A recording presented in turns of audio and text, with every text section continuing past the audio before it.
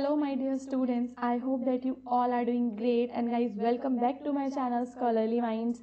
So guys ये जो video है इसके अंदर हम BSTC 134 के पार्ट 2 के कुछ इंपॉर्टेंट क्वेश्चंस को कवर करने वाले हैं।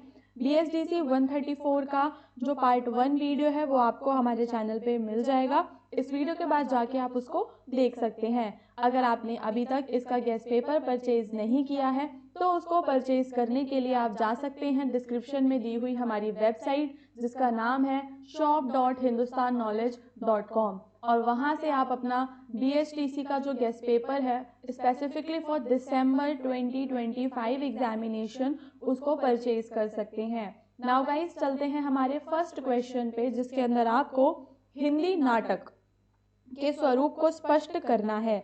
तो सबसे पहले आप हिंदी नाटक के बारे में एक इंट्रोडक्शन देंगे कि आखिर हिंदी नाटक से आपका क्या अभिप्राय है, इसका क्या मतलब होता है। आप शुरुआत करेंगे ये बताते हुए कि हिंदी नाटक हिंदी साहित्य की एक महत्वपूर्ण विधा है जो दृश्य काव्य के रूप में भावनाओं, संघर्षों और मानवीय अनुभवों को दर्शकों के सामने प्रस्तुत करता है। तो नाटक के अंदर हमें भावनाएं, संघर्ष, मानव के अनुभव ये सारी चीजें देखने के लिए मिलती हैं और नाटक केवल शब्दों का संकलन नहीं है बल्कि यह इसमें हमें अभिनय, दृश्य, संवाद ये सारी चीजें हम ये सारी चीजें जीवंत होकर देखने के लिए मिलती हैं। इसे श्रव्य काव्य से अधिक रमणीय इसलिए कहा जाता है क्योंकि इसे न केवल सुना जाता है बल्कि देखा और अनुभव भी किया जाता है। तो नाटक को हम देखते भी हैं, सुनते भी हैं, अनुभव भी करते हैं।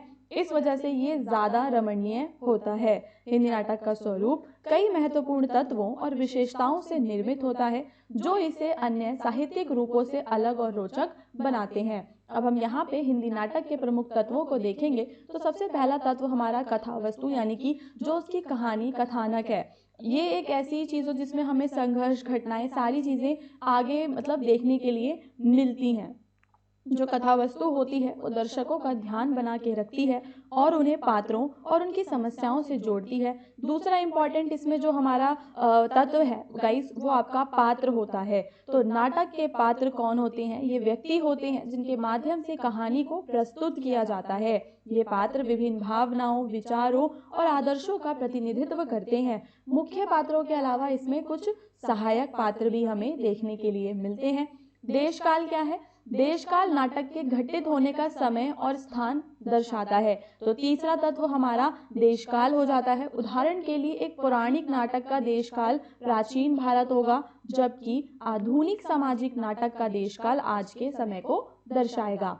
एंड उसके बाद एक और इम्पॉर्टेंट कि जो हमारे पात्र हैं उनके बीच में जो बातचीत हो रही है जिसे हम कहते हैं संवाद, तो संवाद पात्रों के बीच होने वाली बातचीत है। यह नाटक की गति को निर्धारित करता है और दर्शकों को कहानी में शामिल करता है। ओके, फिर आपकी शैली और उद्देश्य आ जाते हैं। तो नाटक की प्रस्तुति का तरीका उसकी शैली कहलाती है कि मैंने उस नाटक को किस तरीके से प्रस्तुत किया है, ये उसकी शैली है। शैली में क्या क्या आता है? पहला भाषा का चयन, ठीक है कि हम उसमें कौन सी भाषा को चूज कर रहे हैं। दूसरा इसमें आता है आपका निर्देशन हो गया, अभिनय की विधियां हो गई, मंच आपका कैसा सजा हुआ है, ये सारा आपका नाटक की शैली में आता है। और उद्देश्य फाइनली वो क्या है गाइस कि हर एक नाटक का एक उद्देश्य होता है। लेखक नाटक के माध्यम से समाज को संदेश देना, मनोरंजन करना या किसी विचार को उजागर करना चाहता है। हिंदी नाटक समाज में चेतना जगाने और दर्शकों को सोचने पर मजबूर करने का कार्य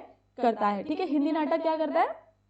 समाज में चेतना को जगाने का काम करता है। तो ओवरऑल आई होप कि आप ये तो समझ गए होंगे कि नाटक क्या होता है और उसके प्रमुख तत्व कौन कौन से होते हैं। आगे हम समझेंगे कि जो स्वरूप है नाटक का, हिंदी नाटक का स्वरूप मुख्य रूप से दृश्य काव्य है। इसका मतलब क्या होता है कि नाटक केवल सुना नहीं जाता बल्कि देखा भी जाता है। तो दृश्य काव्य होने के कारण दर्शक पात्रों की भाव भंगिमाओं, संवादों और मंच रचसज्जा के माध्यम से भावनाओं का अनुभव कर पाते हैं। हिंदी नाटक पर सांस्कृतिक प्रभाव भी दिखाई देता है।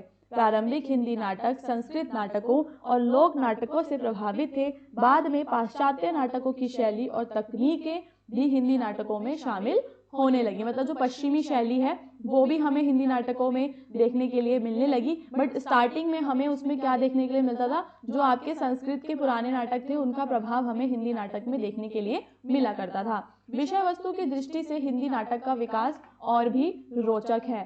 पहले के नाटक धार्मिक, पौराणिक और नैतिक विषयों पर आधारित होते थे। समय के साथ यह सामाजिक, दार्शनिक और मनोवैज्ञानिक विषयों की ओर बढ़ने लगे। मतलब देख लो स्टार्टिंग में ना धर्म वगैरह से रिलेटेड, भगवान से रिलेटेड नाटक बहुत देखने के लिए मिलते थे, लेकिन बाद में जब चीजें बदल गई तो हमें सामाजिक जो बुराइयां हैं उनसे जुड़े हुए नाटक हो गए, मनोवैज्ञानिक नाटक, ये सब भी देखने के लिए मिलने लगे। तो अंततः हम क्या कह सकते हैं कि हिंदी नाटक न केवल मनोरंजन का साधन है, बल्कि यह समाज और व्यक्ति की चेतना को जगाने का माध्यम है। इसकी कथा, पात्र, संवाद और दृश्य काव्यात्मक स्वरूप इसे साहित्य की एक जीवंत और प्रभावशाली विधा बनाते हैं। ठीक है, क्या है ये? साहित्य की एक जीवंत विधा है और दर्शकों को सोचने, समझने और अनुभव करने के लिए ये प्रेरित भी करता है। यहाँ पे चंपा एक लड़की है, उसकी आपको चारित्रिक विशेषताओं के बारे में बताना है। ओके, चंपा एक बहुत ही जीवंत और रंगीन व्यक्तित्व वाली लड़की है। उसकी चारित्रिक विशेषताएं उसकी सोच और अपने परिवार के प्रति लगाव से झलकती हैं। वह किसी भी परिस्थिति में अपनी अलग पहचान को बनाकर रखती है। तो उसके स्वभाव की बात करें तो उसका स्वभाव काफी चंचल और नटखट है। ठीक है, छोटी छोटी वो शरारतें भी करती है, चंचल है, कभी गंभीर और एकरस वो नहीं रहती, बल्कि काम में उत्साह और हंसी लाती है। पढ़ाई लिखाई का उसको बहुत कम शौक है। किताबें और स्कूल के कामों में उसकी दिलचस्पी ज़्यादा नहीं है। ठीक है, और भोलापन है उसके अंदर। चंपा अपनी बातों को स्पष्ट और बिना झिझक के भी व्यक्त करती है। वह अपनी राय को सीधे कहने से नहीं डरती। यदि उसे कोई बात पसंद नहीं आती, वह किसी नियम से असहमत हो तो वह तुरंत विरोध भी करती है। चंपा अपने विचारों और भावनाओं में बिल्कुल स्पष्ट है। वह घुमा फिराकर भी बात नहीं करती है। वह हमेशा सच्चाई और ईमानदारी के साथ रहती है। तो पॉइंट्स क्या क्या? एक तो आपका नटखट और चंचल स्वभाव वाला पॉइंट हो जाएगा। दूसरा हो जाएगा कि पढ़ाई लिखाई में वो अनभिज्ञ है और वो काफ़ी भोली है। मुखर और विद्रोही स्वभाव है उसका, एंड ईमानदार है वो काफ़ी ज़्यादा। परिवारवादी और स्नेही से मतलब होता है कि वो अपने परिवार के प्रति उसका बहुत लगाव है और उसके लिए परिवार की एकता और प्यार सबसे ज़्यादा इम्पॉर्टेंट होता है। वह डरती है कि पढ़ाई लिखाई या अन्य कारणों से लोग परिवार से दूर चले जाएं, इसलिए वह हमेशा परिवार के साथ रहने और उनकी खुशी बनाए रखने का प्रयास करती है। चंपा साहसी और निडर स्वभाव की भी धनी है। वह अपने भाग्य को स्वीकार करने के बजाय संघर्ष करती है, कठिन परिस्थितियों में हिम्मत नहीं हारती और दूसरों को भी संघर्ष करने के लिए प्रेरित करती है। तो इस प्रकार चंपा का व्यक्तित्व न केवल जीवंत और नटखट है, बल्कि साहस, स्पष्टवादिता और परिवार प्रेम से भरा हुआ भी है। उसकी भोली भाली और विद्रोही प्रवृत्ति उसे एक अलग और यादगार चरित्र बनाती है। चंपा की ये सभी विशेषताएं यह दर्शाती हैं कि वह केवल एक सामान्य लड़की नहीं है, बल्कि अपने विचारों, भावनाओं और हिम्मत के कारण दूसरों के लिए प्रेरणा बन सकती है। नेक्स्ट क्वेश्चन पे चलते हैं।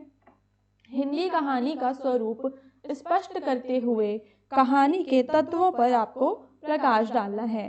तो सबसे पहले हम हिंदी कहानी का स्वरूप देखेंगे। तो कहानी गद्य साहित्य की एक लोकप्रिय विधा है। जैसे अभी हमने नाटक वाला क्वेश्चन किया था, सेम वैसे ही हम कहानी वाला करेंगे। तो हम बताएंगे कि जो कहानी है वो हिंदी साहित्य की एक बहुत ही ज़्यादा लोकप्रिय विधा है। यह जीवन के किसी विशेष पहलू, घटना या भावना को कलात्मक रूप में प्रस्तुत करती है। हिंदी कहानी का मुख्य उद्देश्य केवल मनोरंजन नहीं, बल्कि पाठक को कोई संदेश या अनुभूति देना भी होता है। तो कहानी में हमें एक संदेश देखने के लिए मिलता है। यथार्थवादी, आदर्शवादी रूप में कहानियां हो सकती हैं। एक अच्छी कहानी पाठक को घटनाओं में डुबो देती है और उसके पात्रों और घटनाओं के माध्यम से एक संदेश उसको देती है। कहानी को प्रभावशाली बनाने के लिए कुछ जो तत्व हैं वो अनिवार्य हैं। ये तत्व कहानी को पूर्णता और आकर्षक रूप देते हैं। तो सबसे पहला तत्व हमारा कथानक होता है। जो कहानी का सबसे महत्वपूर्ण हिस्सा है वो कथानक है। कथानक क्या है? तो देखो, यह घटनाओं का एक ऐसा क्रम है जिसमें हर घटना दूसरे से जुड़ी होती है।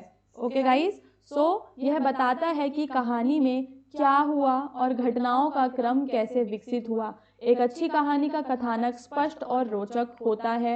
यह पाठक की रुचि बनाए रखने में मदद करता है और कहानी को सही दिशा में ले जाता है। तो सबसे पहले आपने कथानक के बारे में सारा डिटेल में बता देना है।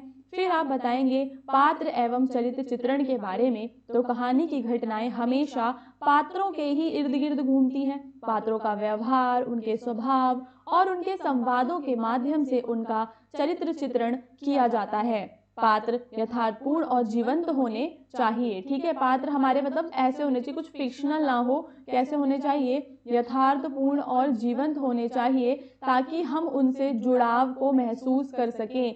नायक और जो आपके प्रतिनायक हैं वो सब आपके कथा को क्या करते हैं, कथानक को और भी रोचक बनाता है। संवाद बहुत इंपॉर्टेंट है। देखो, जो डायलॉग्स होते हैं पात्रों के बीच में वो एक बड़ा इम्पैक्ट छोड़ते हैं, ठीक है, कहानी पढ़ने वालों के ऊपर। तो संवाद पात्रों के बीच की बातचीत को कहते हैं। ये कहानी को स्वाभाविक बनाते हैं और पात्रों के स्वभाव को उजागर करते हैं। अच्छे संवाद कहानी में रफ्तार लाते हैं और पाठक को पात्रों की भावनाओं और परिस्थितियों के करीब ले जाते हैं। तो जब अच्छे संवाद होंगे वो क्या करेंगे गाइस, जो हमारा पाठक है ना, पाठक को परिस्थितियों के करीब लेकर जाएंगे।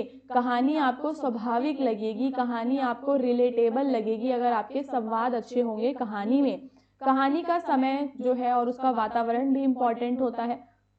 यह बताता है कि कहानी कब और कहाँ घटित हुई। यथार्थवादी वातावरण कहानी की विश्वसनीयता को बढ़ाता है। तो कहानी से जुड़ा हुआ वातावरण इम्पोर्टेंट है, वो कहानी की विश्वसनीयता को बढ़ाएगा। वातावरण में हम प्राकृतिक दृश्यों का वर्णन करते हैं, सामाजिक परिवेश का वर्णन करते हैं और सांस्कृतिक तत्वों का चित्रण जब हम करते हैं तो हमारी कहानी और भी ज़्यादा गाइस क्या बनती है, जीवंत बन जाती है। कहानी लिखने का विशेष ढंग उसकी शैली कहलाती है। ठीक है, क्या गाइस शैली क्या होती है? कहानी लिखने का विशेष ढंग, यह लेखक की भाषा शैली, वर्णन और प्रस्तुति के तरीके को दर्शाता है। सरल और स्पष्ट भाषा में लिखी गई कहानी पाठक के लिए अधिक प्रभावशाली होती है। तो भाषा हमारी सरल और स्पष्ट होनी चाहिए। सरल और स्पष्ट भाषा पाठक के ऊपर ज़्यादा बड़ा प्रभाव छोड़ती है। उद्देश्य की बात करें तो हर कहानी का मुख्य उद्देश्य होता है। यह उद्देश्य कहानी का केंद्रीय भाव है। कहानी का उद्देश्य किसी संदेश, विचार या जीवन के सत्य को पाठक तक पहुंचाना हो सकता है। उद्देश्य क्या है कि जो भी हमारा संदेश है या जो भी हमारा विचार है उसे हमें पाठक तक पहुंचाना है। हिंदी कहानी का स्वरूप संक्षिप्त, रोचक और संदेशात्मक होता है। कथानक, पात्र, संवाद, वातावरण, शैली और उद्देश्य, ये सभी तत्व मिलकर कहानी को प्रभावशाली और पूर्ण बनाते हैं। एक अच्छी कहानी पाठक को सोचने पर मजबूर करती है और उसे किसी विशेष अनुभूति या जीवन की सीख से अवगत भी कराती है। यही कारण है कि कहानी साहित्य की वह विधा है जो हमेशा पाठकों के दिल और दिमाग में गूंजती रहती है। तो ये आपका निष्कर्ष हो जाएगा। आपने एक इंट्रोडक्शन देना है कहानी के बारे में, फिर उसके प्रमुख तत्वों के बारे में बताते हुए आप फाइनली एक निष्कर्ष देंगे। आई होप कि आपको सेकंड पार्ट के सारे क्वेश्चंस अच्छे से समझ में आ गए होंगे। चैनल पे आपको कुछ ओल्ड वीडियोस भी हमारे इसी सेम सब्जेक्ट के मिल जाएंगे, तो आप उन वीडियोस को देखना बिल्कुल मत भूलना। And one of the most important cheese guys की चैनल को ज़रूर सब्सक्राइब कर लो। आपके बाकी के जो भी पेपर कोड्स हैं वो आप हमें कमेंट करके बता सकते हो, ताकि फ्यूचर में हम उन कोड से जुड़े हुए वीडियोज़ भी आपके लिए लेकर आ सकें। All the best for your examination.